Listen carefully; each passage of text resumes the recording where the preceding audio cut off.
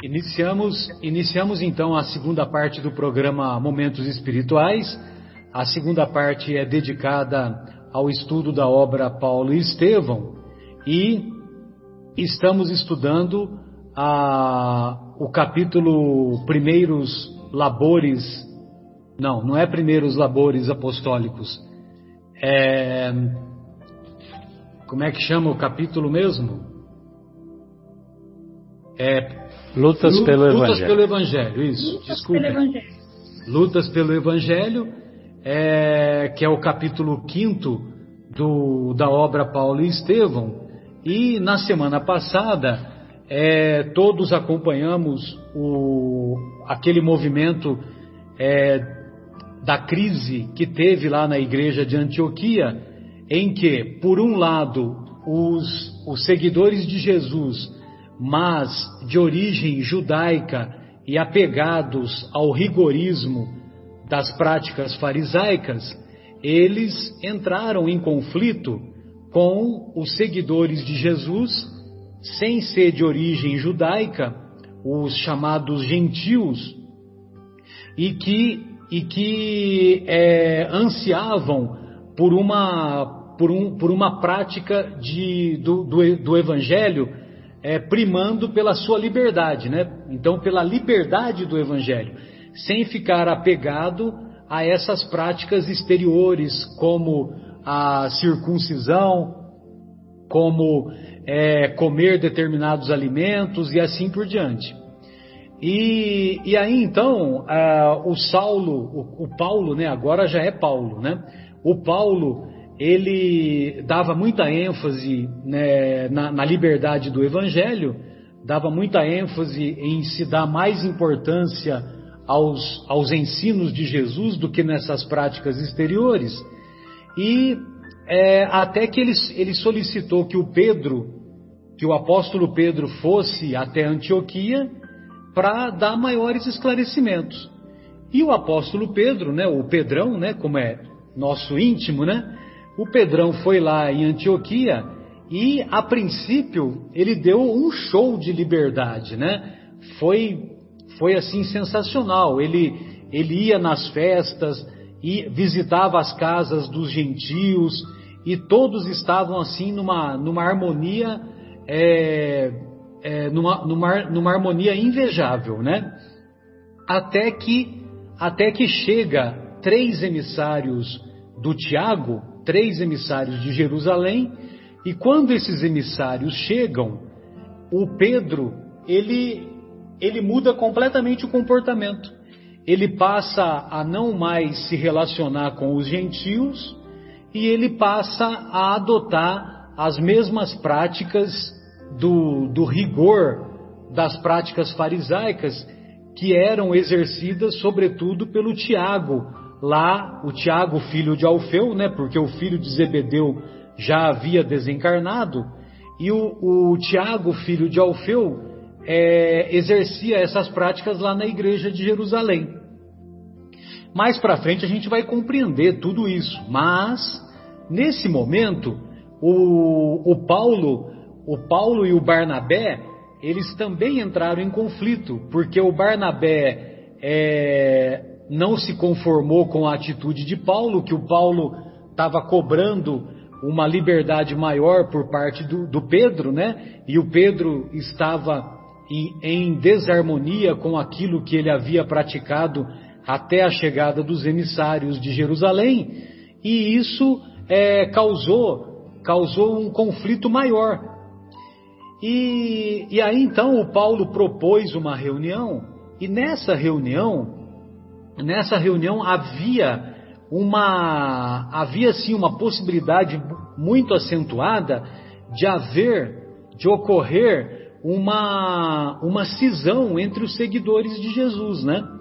E uma cisão assim que poderia culminar com uma separação,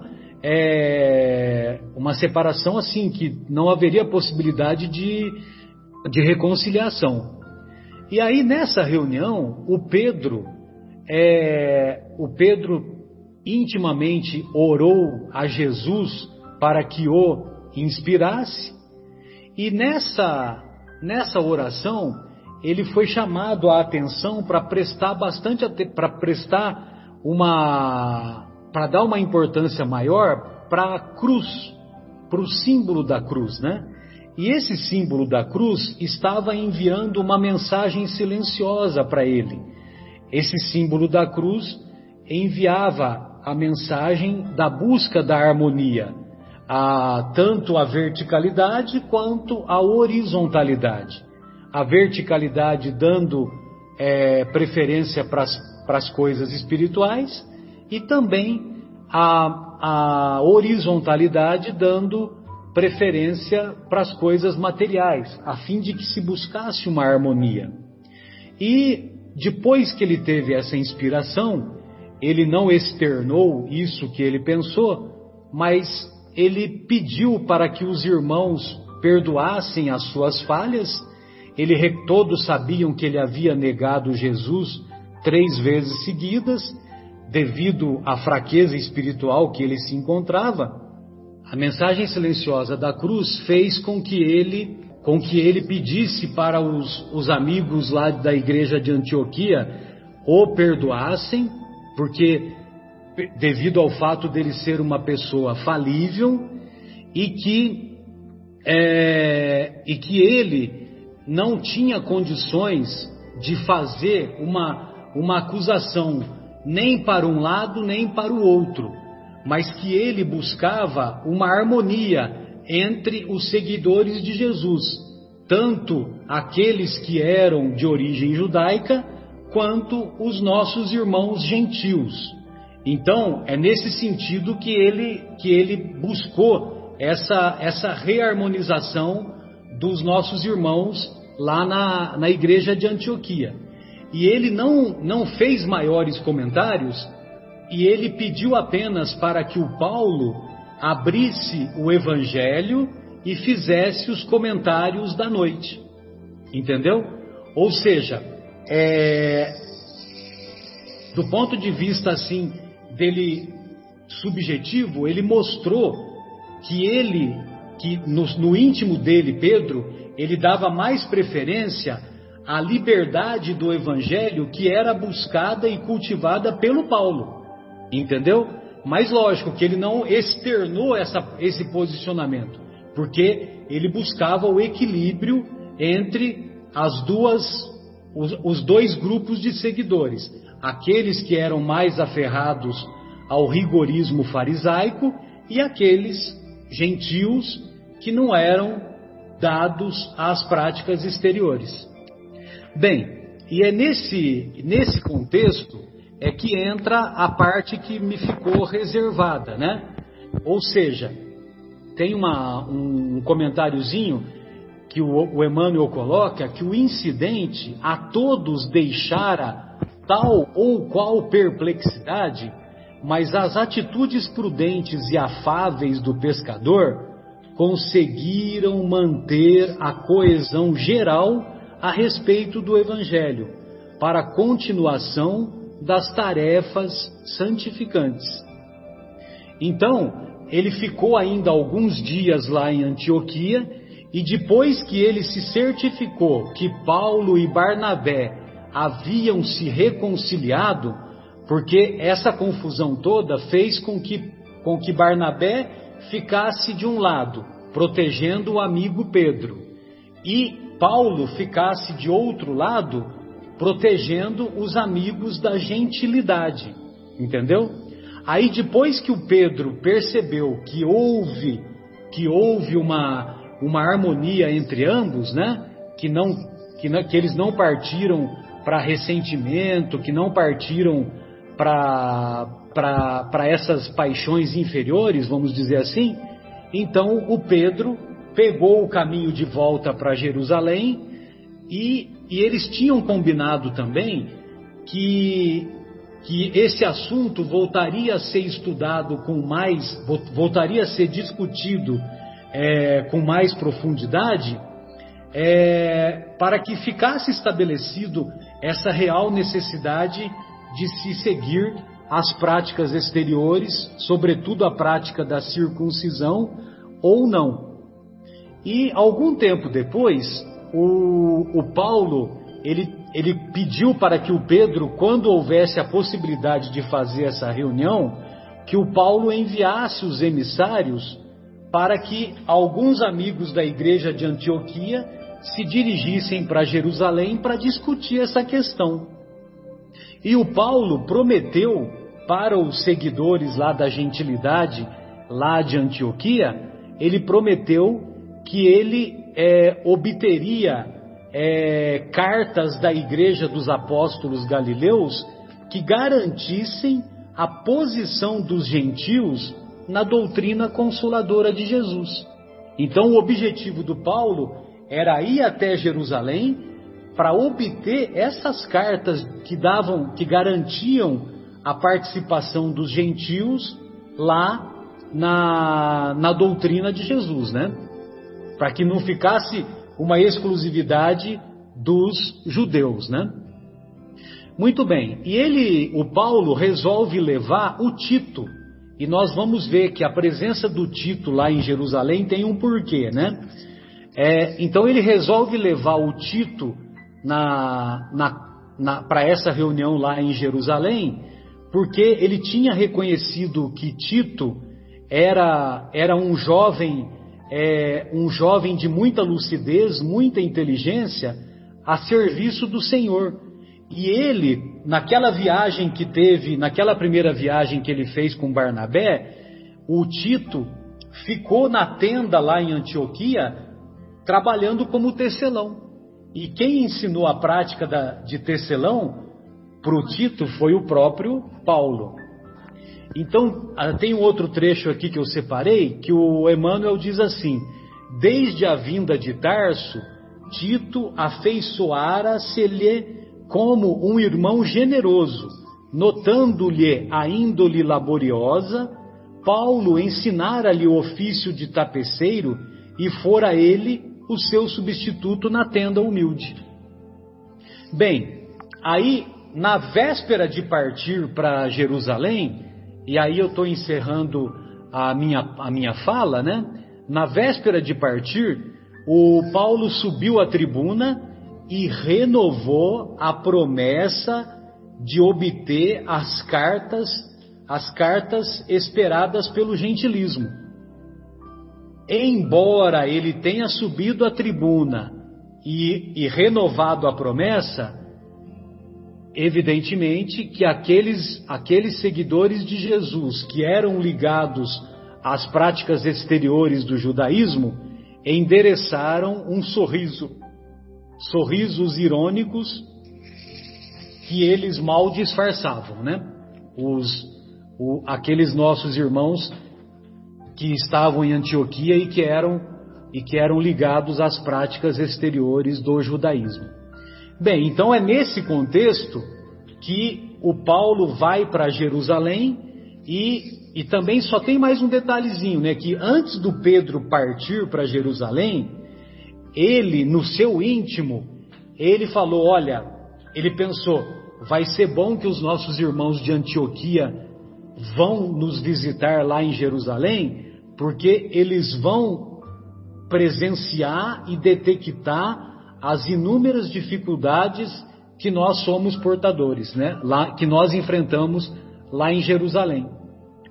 Então, nesse contexto, eu vou passar então a exposição para o nosso querido Marcos Melo, e o Marcos Melo vai dar continuidade aos acontecimentos e às reflexões. Viu, Marcos? Muito obrigado. Beleza. Obrigado você, Marcelo. Então, assim, dando continuidade a esse trecho, né? Partiram então para Jerusalém o Paulo, né, em companhia de Barnabé e do jovem Tito, devia ter uns 19 anos ou 20 anos incompletos, como cita Emmanuel, né? E 2 outros ajudantes, né? E nessa viagem para Jerusalém, ela foi muito vagarosa, como escreve o Emmanuel também, vagarosa, escalando todas as aldeias, né? Até a própria geografia do local, ela é muito acidentada, né? Jerusalém na verdade se encontra a 700, em torno de 750, 700 metros acima do nível do mar. Imagina subir a Serra do Mar aí de Santos para São Paulo aqui, deve ter sido uma viagem sem estrada, né? Vai no meio das trilhas, né? Então eles vieram, claro, subindo sentido Jerusalém e, como diz aqui o Emmanuel, escalando todas as aldeias. Então eles iam subindo, parando nas aldeias onde eles iam pregando, curando e consolando. Chegando em Jerusalém, né, foram recebidos por Pedro e João, ficaram assim bastante surpresos, né, com as ampliações, com as instalações que já haviam no local.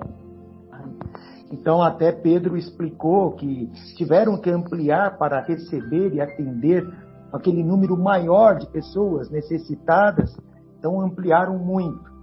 Mas ele notou que havia um número de pessoas, não é ainda esse momento, mas um número de pessoas diferentes. Ainda na obra, cresceu a obra como edificação e cresceu a obra como colaboradores, participantes, né? Mas, enfim, eles, depois de serem recebidos por Pedro e João, foram recebidos por Tiago, né? E vem aí as observações de Emmanuel, né? Paulo achou Tiago muito diferente daquele Tiago que ele já havia visto. Esse Tiago, né, Marcelo, é o filho de Alfeu, né? Eu acho que é o Tiago o mais novo, né? Acho que é o mais novo. O primeiro foi decapitado por Herodes, né? Ele tinha sido já morto. E esse Tiago, ele... Não, o primeiro Tiago é o filho de Zebedeu. Eu não sei exatamente qual foi a morte dele, mas ele é irmão de João Evangelista, e ele morreu em uma das perseguições que teve no capítulo anterior, inclusive, entendeu? Que está descrito no capítulo anterior. Perfeito.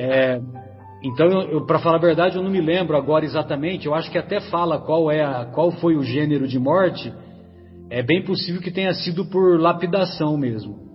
Eu vi no Atos dos Apóstolos, desculpa, não é na obra, nós estamos acompanhando a obra, na verdade, né, de Paulo e Estevão. Mas Atos dos Apóstolos diz que ele foi decapitado por ordem de Herodes. Ah, né? Sim, mas aí é outro Herodes, né? Tá isso. Certo. É isso mesmo. Exatamente. Perfeito, Herodes, obrigado.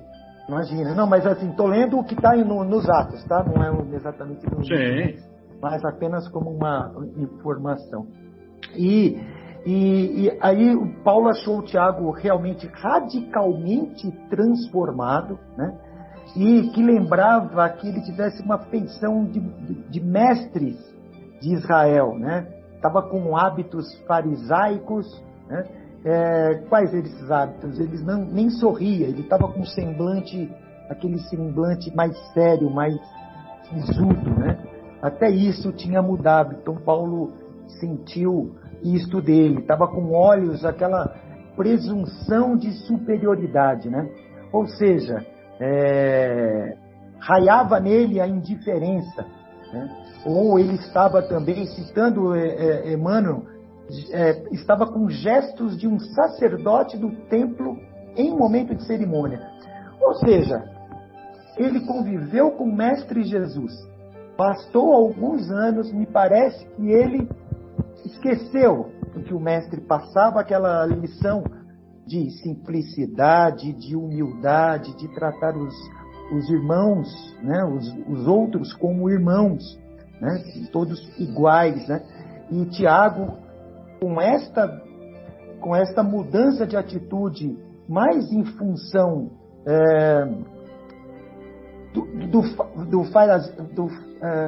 farisaísmo. Farisaísmo, muito obrigado. Né? Em função do farisaísmo, alterando a sua forma de agir, né? Fugindo um pouco da raiz que ele, como apóstolo, né, deveria ter muito mais forte nele, né? E parece que Paulo, sem conhecer o Mestre, estava com aquele sentimento do Mestre nele muito mais forte até do que Tiago, que já havia se transformado, tá? Interessante também, Marcos, é que o Emmanuel, ele descreve o olhar, né, das personagens, né? É muito frequente ele falar isso, né? Os olhos deixavam perceber uma presunção de superioridade que raiava pela indiferença, né? Que é o que você falou anteriormente, né? Mas isso é a descrição do olhar, né? Olha que bela imagem, muito bem citado, Marcelo, porque na obra eles citam uma coisa que normalmente escritores deixariam passar, mas é como se ele tivesse, ou estava provavelmente presente naquele momento para ver o detalhe do olhar do Tiago, né? E ele faz a observação. Maravilhoso, muito obrigado. E na noite da reunião, eles tiveram aquela assembleia, aquela reunião. Paulo, então, ali percebeu muitos colaboradores desconhecidos. Então, ele não teve uma boa impressão, né? Pelo menos na primeira vista, né? Ele achou muito estranhos aqueles colaboradores desconhecidos, né? Que pareciam muito figuras do Sinédrio, com os quais ele muito havia convivido. Então ele tinha aquela lembrança, mas que trouxe ele a um passado não muito bom, né? Não tão boas lembranças. E aí dá-se aquele encontro, aquela conversa do Tiago com o Paulo, onde ele pergunta, né? Quem é esse jovem que os acompanha? Né? Porque ele teria que apresentar esse jovem, seria uma prática, né? De apresentar o jovem para saber se ele estava realmente alinhado com o grupo, enfim, né? Paulo explica que ele era um valoroso colaborador, Marcelo, até como você citou, e era uma grande esperança, ou seja, eles estavam colocando em Tito a renovação, a continuidade, né? Tito era uma grande esperança para os ensinamentos, para a continuidade dos ensinamentos do Cristo. E aí vem a pergunta de Tiago, né? Ele é filho do povo eleito? Olha, impressionante, né? Impressionante, né? O orgulho da raça. Meu Deus do céu, ele estava realmente com desculpa, Marcelão. Farisaísmo enraizado, né? E depois de fazer essa pergunta, ele ainda pergunta para o Paulo se Tito era circuncidado. Né? Depois de tudo aquilo que havia passado em Antioquia, vem de novo à tona dessas etapas, enfim, né? do judeu ser circuncidado, não, ou não, né? E Paulo disse que não, ele não era circuncidado. E aí Tiago, então, enfim, se negou a aceitar o jovem na assembleia, né? Visto que o mesmo não tinha circuncisão. Paulo ficou realmente muito chateado com isso, né? Afinal, já vinha com essa história anterior, antes da viagem, já tinha todo aquele conflito com as duas vertentes, né? E Paulo cita o seguinte, não, então vamos levar isso, apelo à decisão de Pedro, meio que já imaginando o que havia se passado em Antioquia, né? Que talvez Pedro pudesse amenizar a situação, né? Mas a gente vê, então, novamente, Tiago, né, indo meio de em contrário às lições do mestre, né? Aos ensinamentos do mestre. Então, Tiago volta a proibir o ingresso de uma pessoa na Assembleia, só primeiro perguntando se ele é do povo eleito, vê se pode, né? Jesus não elegeu ninguém, né? Jesus não elegeu ou trata todos como igual.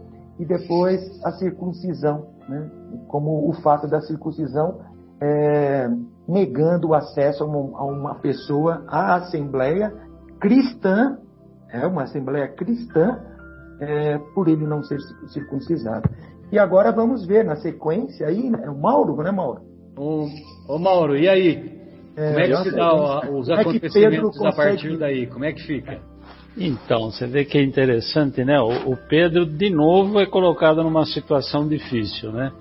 Ele já teve que resolver um conflito lá em Antioquia, né? Entre o Paulo e o Barnabé, e agora de novo ele é colocado numa situação de decisão, de conciliação, melhor dizendo, né?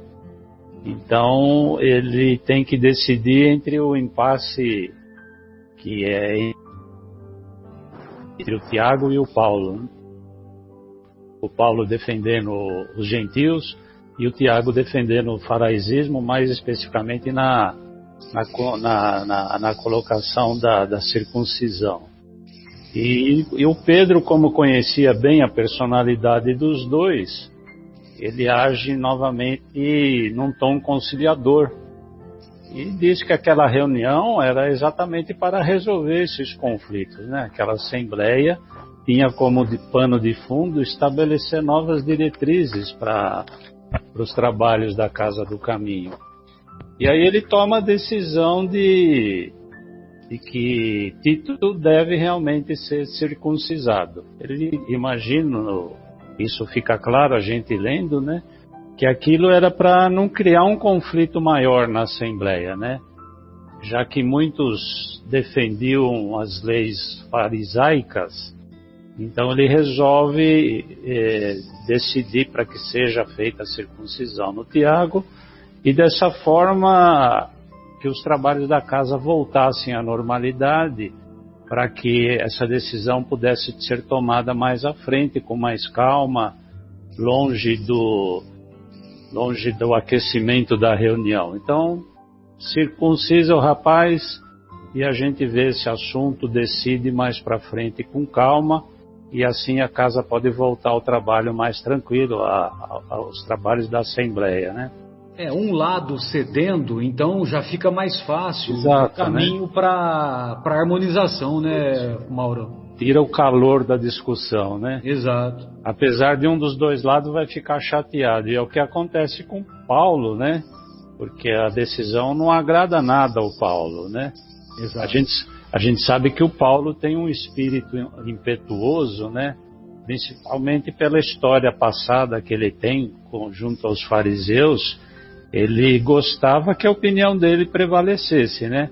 Apesar de toda a convivência com os ensinamentos de Cristo que ele já tinha, né? Mas ele continuava sendo um espírito impetuoso, e aliás foi esse espírito impetuoso que conseguiu com que ele levasse o cristianismo para frente. Porque se ele não fosse impetuoso, lutador, guerreiro, provavelmente ele teria desistido já na primeira vez que ele ficou lá pelo deserto, né?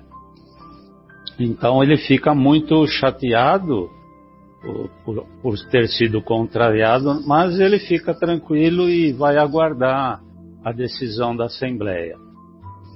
Então, nesse momento, depois dessa decisão de Pedro, o jovem Tito se retira, né?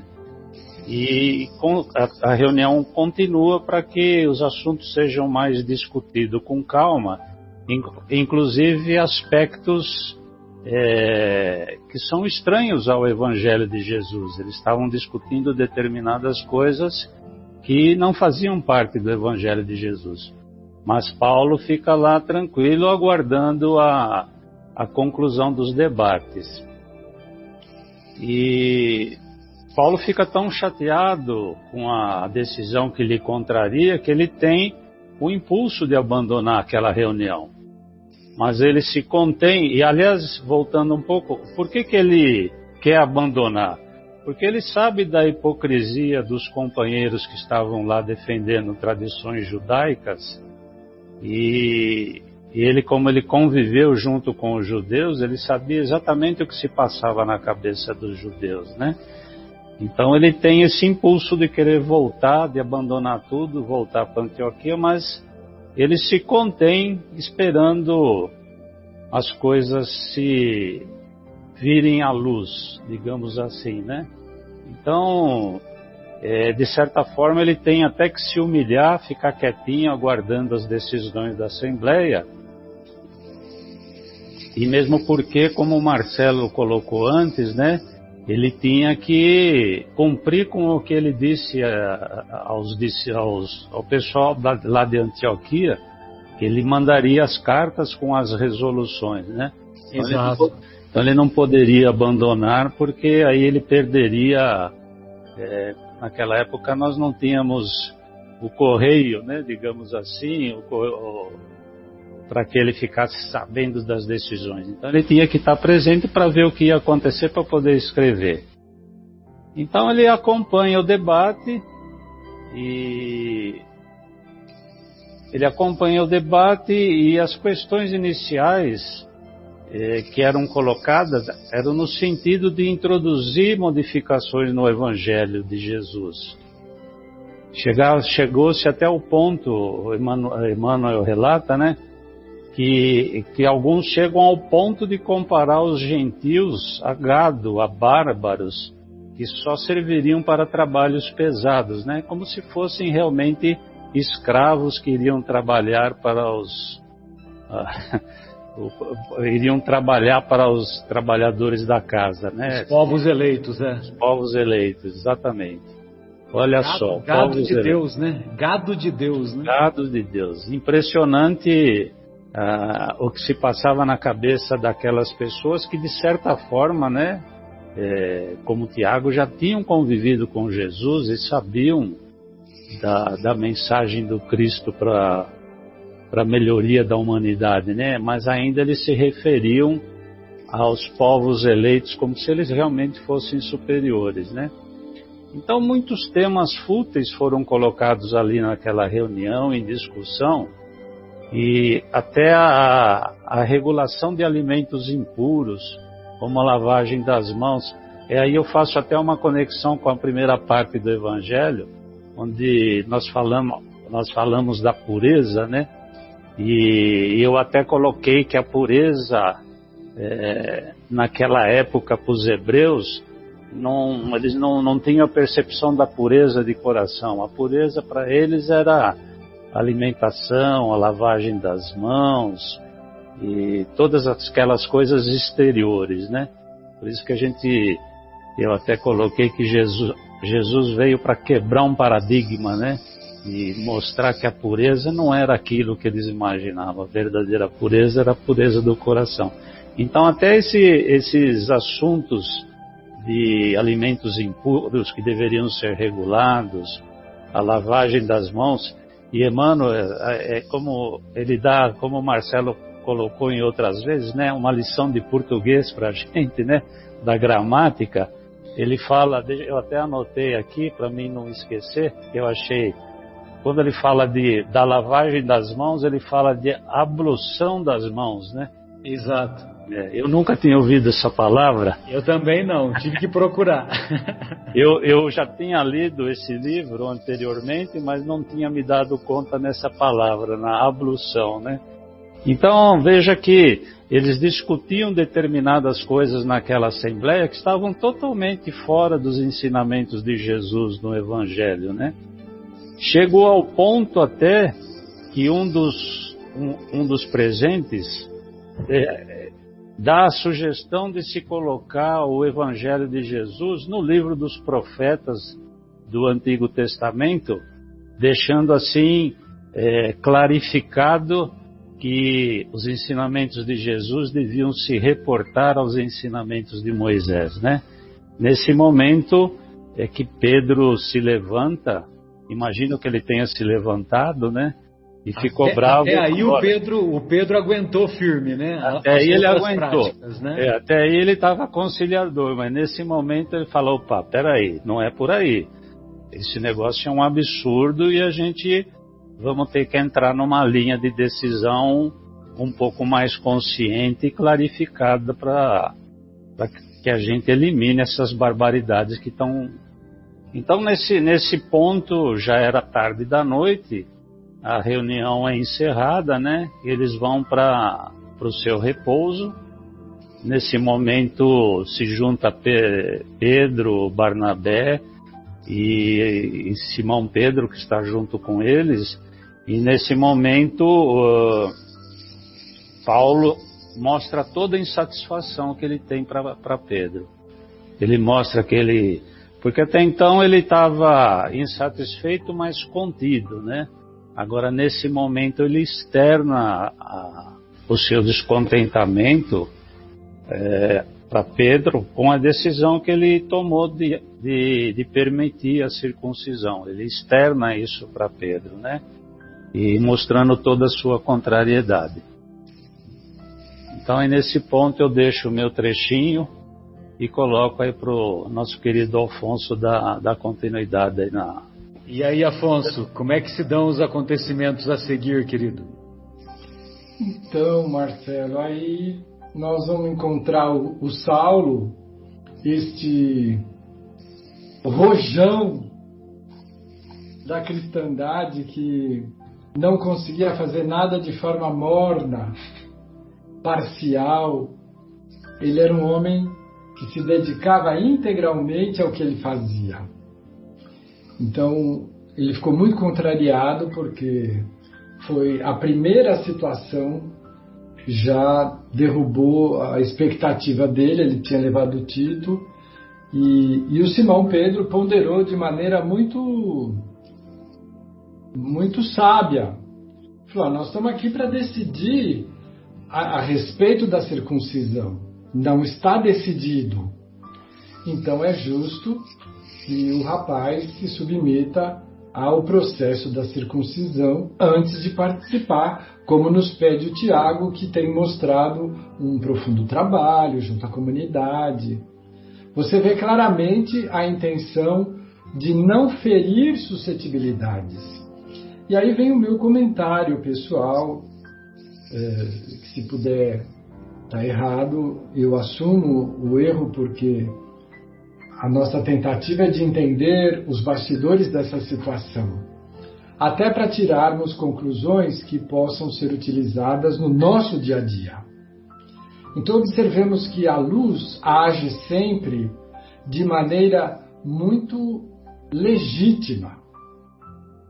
Não há estratégias ou caminhos curtos, atalhos, para nenhuma implantação da luz.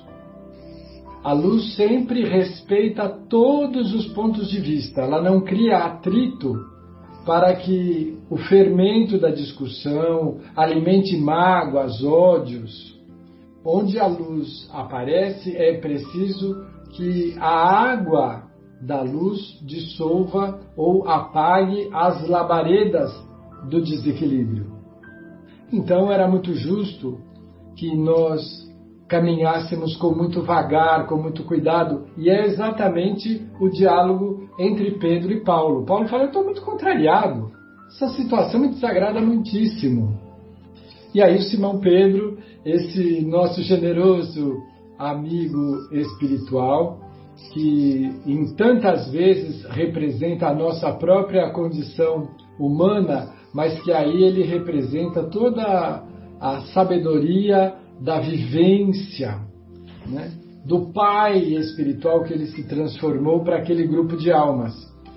E ele diz, olha, Paulo, nós precisamos ter muito cuidado, nós precisamos usar de toda a nossa habilidade para criar um ambiente pacífico.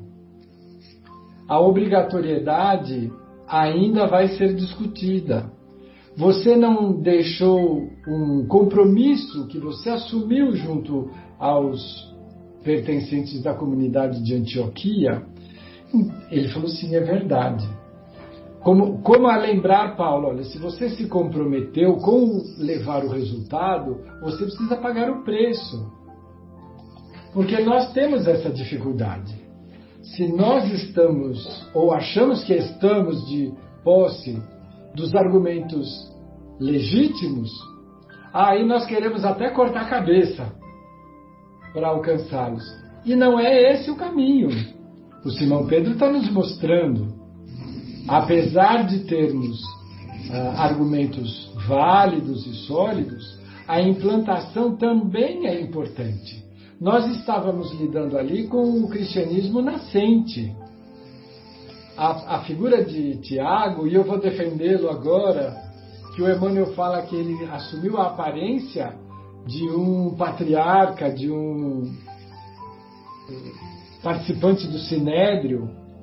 Era extremamente importante que ele fosse visto dessa maneira pela comunidade judaica do momento, para que eles sentissem algum respaldo e não ameaçados por essa nova comunidade que surgia com objetivos e filosofia tão diversa.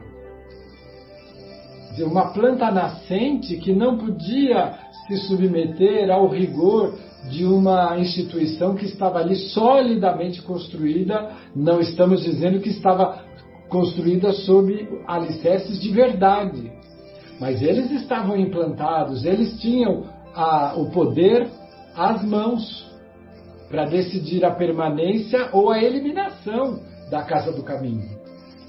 Então a figura de Tiago é muito importante nesse momento de transição. Vejamos que tudo isso passou e a comunidade criou vida nova e chegou até os nossos tempos. Se não fosse a atitude de Tiago, talvez não teria passado de uma tentativa. Muito bem, então nós vamos entendendo que a forma como nós implantamos os objetivos da luz são também importantes. E é exatamente a palavra de Pedro. Reconheçamos que nós precisamos chegar a soluções precisas. Ou seja, não podemos nos precipitar, nós não podemos nos tornar ansiosos em atingir objetivos, criando problemas que vão impedir exatamente a fixação do mesmo objetivo. Isto é característica da luz. E aí, com esta ponderação, o nosso querido doutor Paulo de Tarso, ele reflexiona e ele diz, olha, custa-me a concordar... O ex-doutor da lei, né? O ex-doutor da lei. Bom, ele continuava doutor da lei, não é? Só não tinha o reconhecimento, mas ele, embora custasse a aceitar aquela situação com a argumentação de Pedro, ele diz, não tenho outro recurso a não ser me submeter. Isso também para ele era uma situação muito difícil. E nós vamos entender perfeitamente, porque você tem que ceder. A gente não quer ceder, a gente quer ganhar a discussão, seja lá o que for. Bom, tem muitas situações que a gente precisa engolir sapo, né, Afonso? Aliás, eu tenho um amigo que diz que às vezes não é só o sapo, a gente engole a lagoa junto.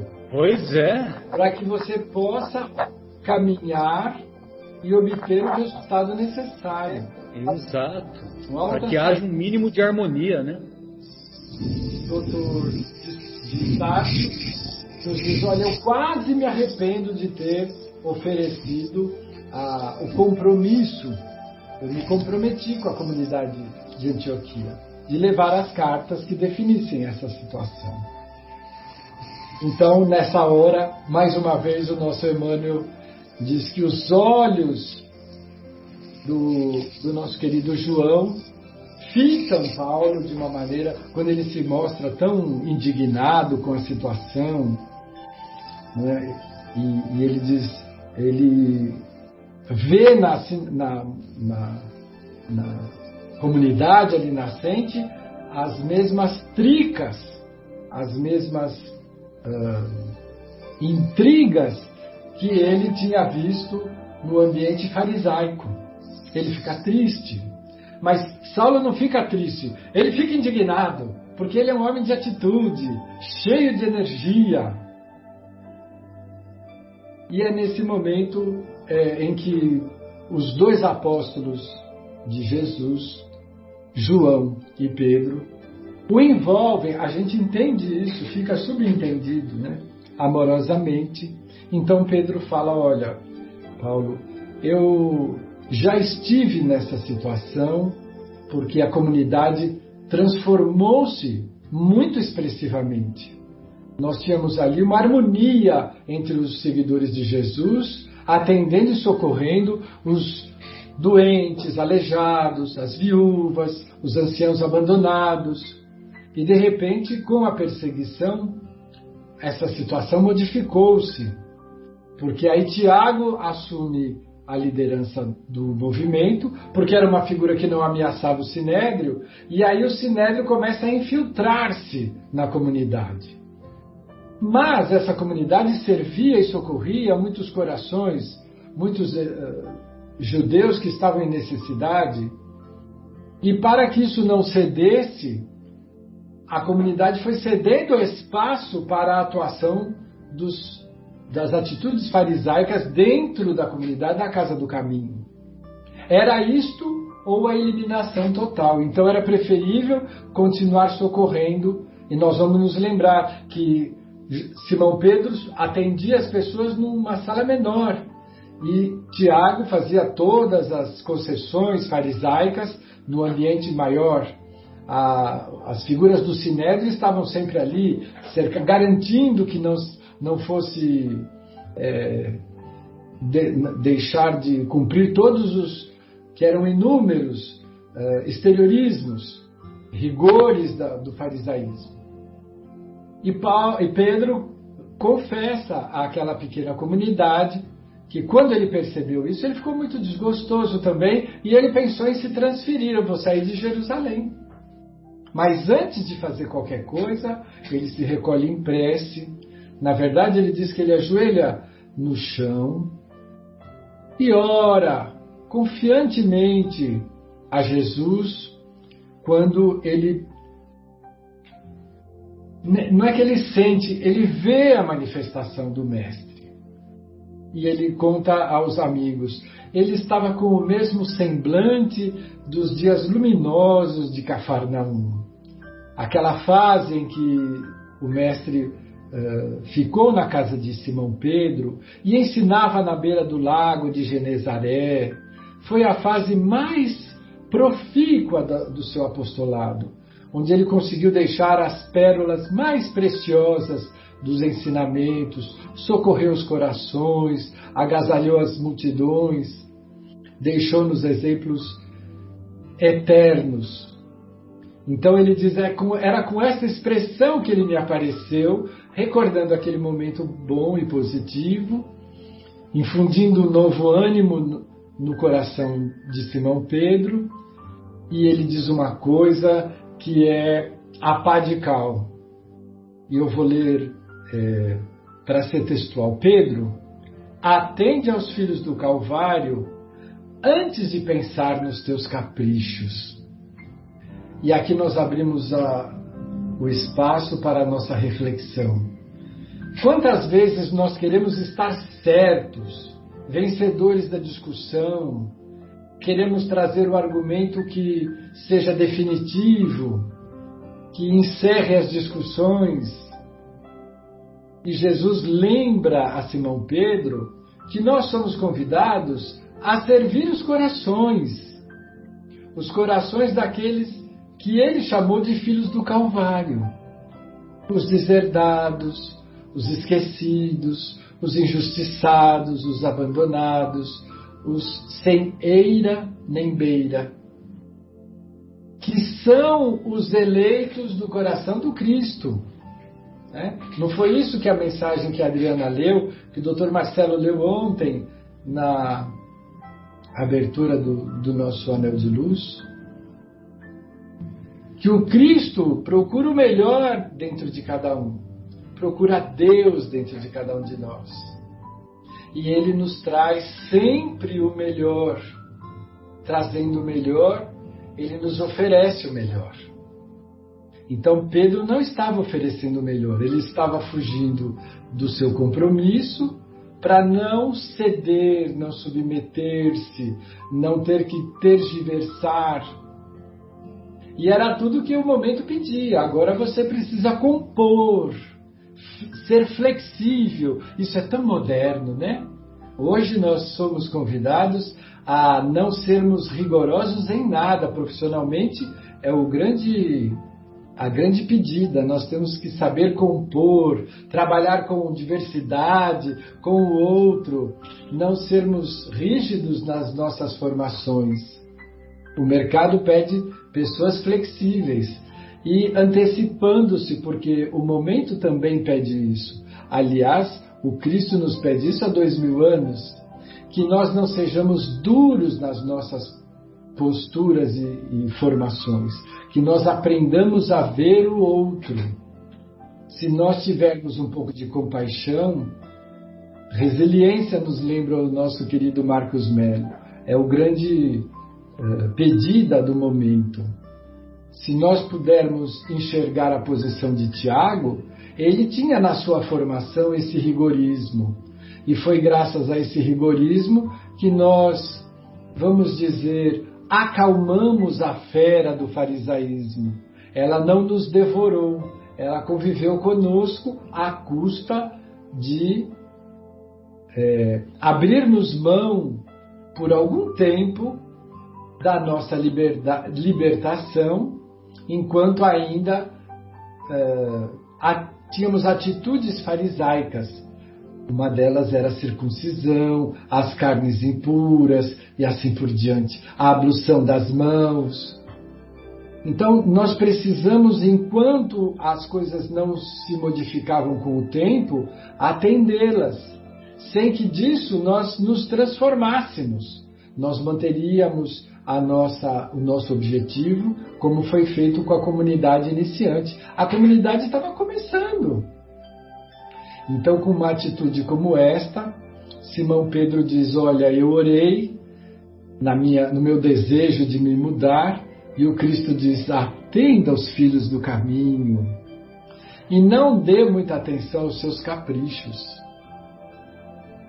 Porque o Cristo, antes de ir embora da convivência conosco, com os apóstolos, ele disse: amai-vos como eu vos amei, sem pedir retribuição, sem exigência.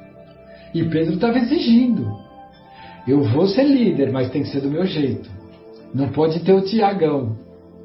E o Tiagão estava lá para garantir que a gente não morresse na praia antes da hora. Então nós temos uma lição muito importante para que nós pudéssemos aprender até hoje e continuarmos aprendendo com Simão Pedro, com Paulo. Vocês acham que Paulo estava errado? Não. Paulo estava coberto de razão, de compromissos morais, tentando defender seres muito dignos, que não eram judeus. Mas Pedro também estava certo. E estava mais do que certo, estava orientado por Jesus, que nos pede para não darmos muita atenção aos nossos caprichos. Nossos caprichos não são importantes. Importante é o objetivo da nossa atitude, da nossa ação, a propagação do bem, da luz, não ferirmos suscetibilidade, não despertarmos o pior no próximo. Isto é nossa responsabilidade. É a responsabilidade de todo aquele que enxerga um pouquinho mais além do que o outro. Porque nós já sofremos um pouco mais. Já passamos por situações que o outro vaidoso, orgulhoso, ainda acha que está arrasando. E ele não sabe quanto vai custar isso para ele retroceder ao patamar original e refazer as construções eternas dentro da nossa alma. Então deixemos que o outro se atrapalhe, se avance, grite vitória, não tem importância. Se nós estivermos dentro do nosso equilíbrio, nós e a nossa consciência, sabemos que estamos fazendo o melhor. Se não tivermos o aplauso da situação do momento, não tem importância. Isso não é importante. Importante é a tarefa caminhar, os esforços no bem não sofrerem e criarmos o melhor ambiente para que a verdade plasme com esta ambiente favorecido o melhor para todos. E desse jeito, Pedro termina a minha participação, né? o Senhor recomendava minha atenção para os portadores da cruz. Desde então, eu, Simão Pedro, não desejei nada além do que servi-los. Por isso que ele cala, não é com esforço, com sacrifício, com sofrimento. Eu vou ficar quieto, mas eu estou sofrendo aqui, não. Porque Simão visava atender o máximo de corações sofridos dos filhos do Calvário, os portadores da cruz. Aqueles de nós que estamos carregando as consequências dos nossos débitos anteriores. Na visão daqueles que não têm a visão reencarnacionista, são os portadores da dor. Mas essa dor tem origem, e a origem não é outra senão os nossos próprios equívocos. Então, há todo um conjunto de justiça e de harmonia, mas também de misericórdia. Nós podemos nos transformar. O Cristo nos auxilia a nos modificar. Judas, Maria de Magdala, Saulo, Zaqueu, todos são figuras que atingem a transformação. E nós queremos seguir essa trilha, essa rota. E Simão encerra a sua argumentação com esta pérola, não é? Que ele estava desejoso de servir aos filhos do Calvário. Muito bom, Afonso. E esse diálogo, eu fico imaginando esse diálogo, né, ocorrendo entre o Simão Pedro, o Paulo, e com a presença do João Evangelista, né? Que deve ter sido assim um diálogo de uma culminância, né, nas suas emoções mais elevadas, né? A tal ponto que o Pedro estava com os olhos úmidos, né? E o nosso querido Paulo, ele, por sua vez, ele ficou impressionado porque ele se lembrou do diálogo que ele havia tido, aquele diálogo que ele havia tido lá na periferia de Tarso, quando ele teve aquele encontro inesquecível com a Abigail, né? Aqueles ama, trabalha, espera, perdoa, né? Que ele recebeu esse roteiro da Abigail, né? E inclusive com a presença do Estevão, né? Todos nos recordamos dessa parte, né? E naquele diálogo que ele teve com a Abigail, ele se recordou da expressão filhos do Calvário, né? Olha só as lições que vêm do mundo espiritual, como que diz o Kardec, né? Que é a unidade do pensamento. Como é que é? O ensino simultâneo dos espíritos, né? Como é que vocês se recordam? Tem uma colocação que o Kardec faz, a universalidade, isso, obrigado, Afonso, a universalidade do ensino dos espíritos, né? Então, a expressão filhos do Calvário, dita por Abigail, demonstra que a Abigail também era do círculo do mestre, né? Assim como Estevão. Então, ele se recorda da expressão filhos do Calvário e evidentemente que ele continua a estabelecer o diálogo e ele, né, todos sabemos que o Paulo tem uma personalidade tenaz, uma personalidade decidida, né? E ele é pragmático, né? Na busca do Cristo, na busca não só da sua melhora interior, como também de atingir os objetivos de levar os ensinos do Mestre para o maior número de pessoas, para o maior número de comunidades possível, né? E aprofundando esse questionamento, ele pergunta para o Pedro: mas Pedro, qual a razão principal da preponderância farisaica na igreja de Jerusalém, né? Porque ele compreendia tudo isso, né? Ele compreendia que o Pedro dava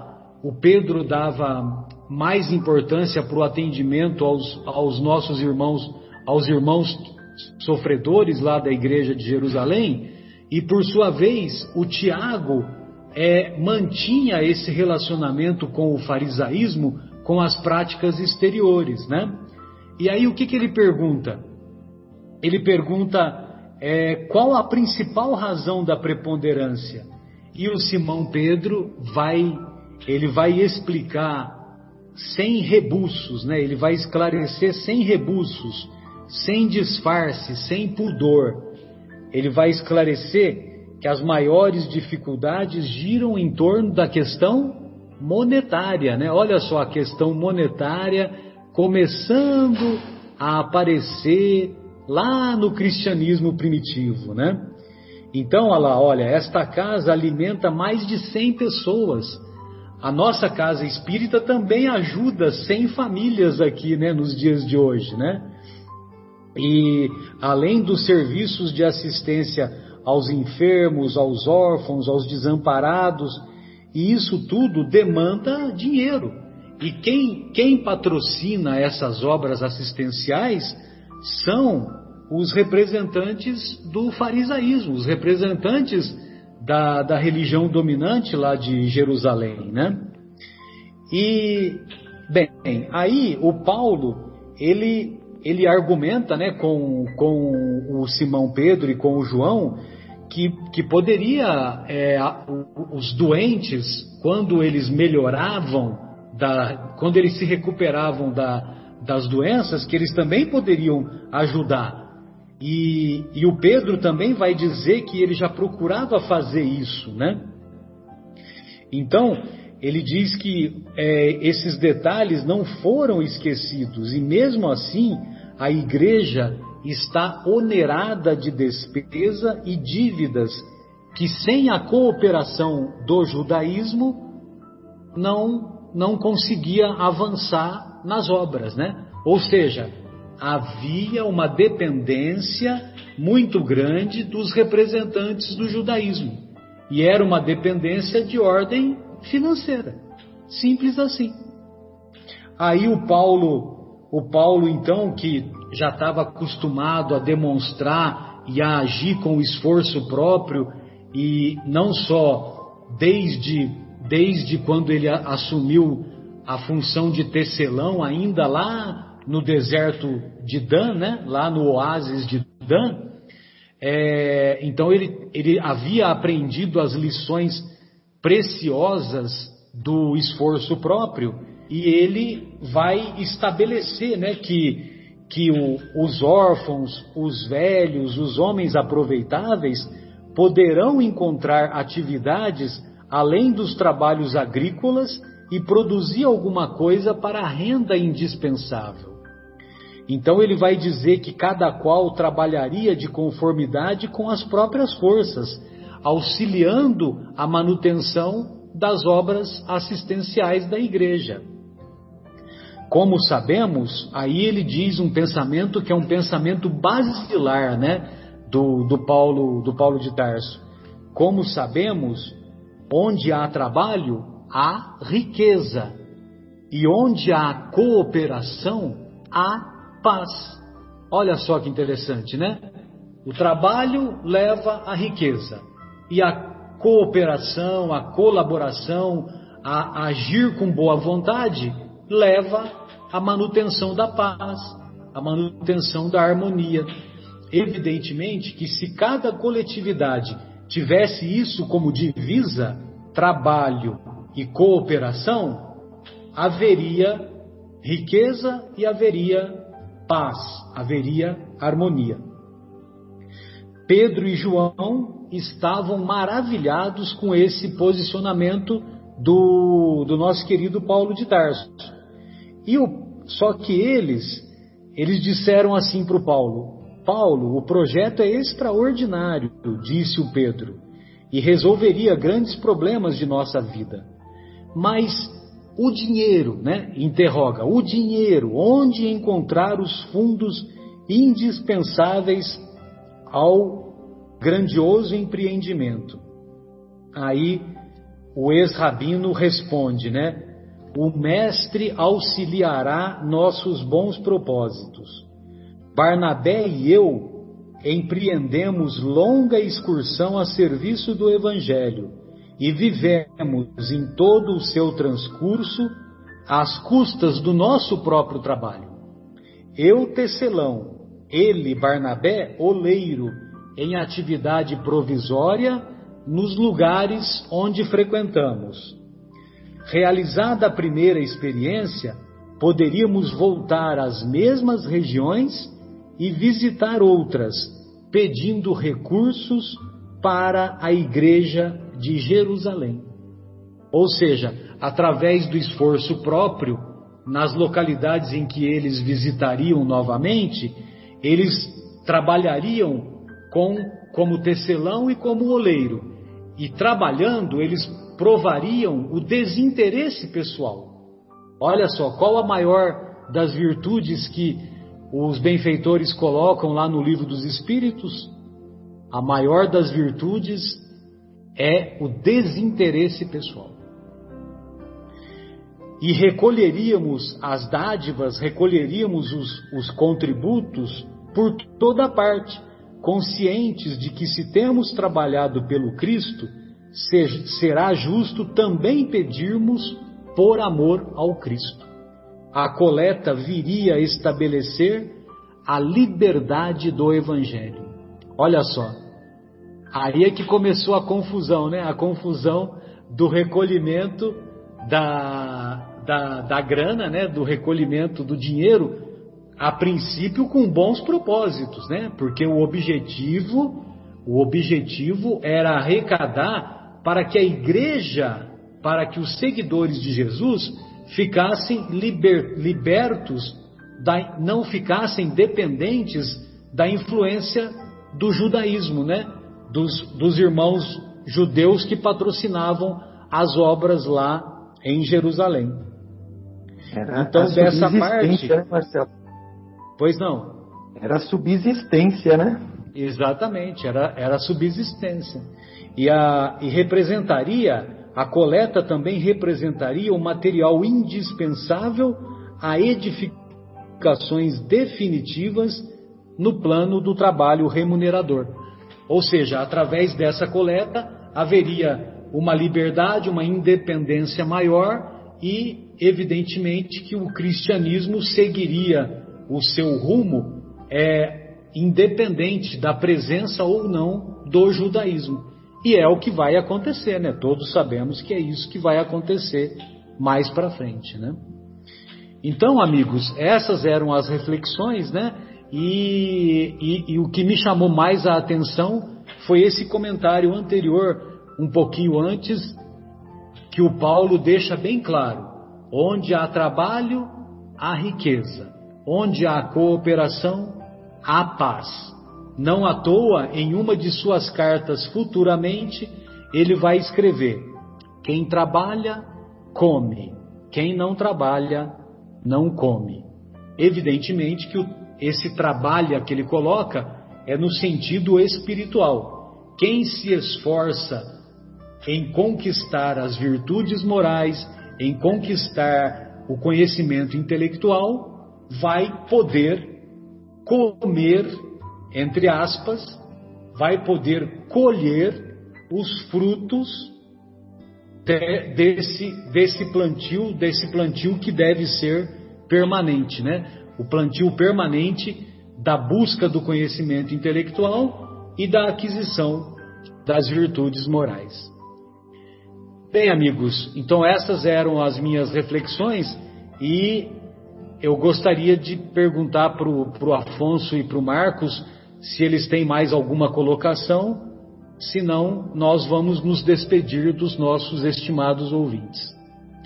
Então, agradecemos uma vez mais a oportunidade desse encontro e desejamos que essas reflexões sejam úteis a tantos corações que nos ouvem e que nos ouvirão. Um grande abraço a todos e até a próxima.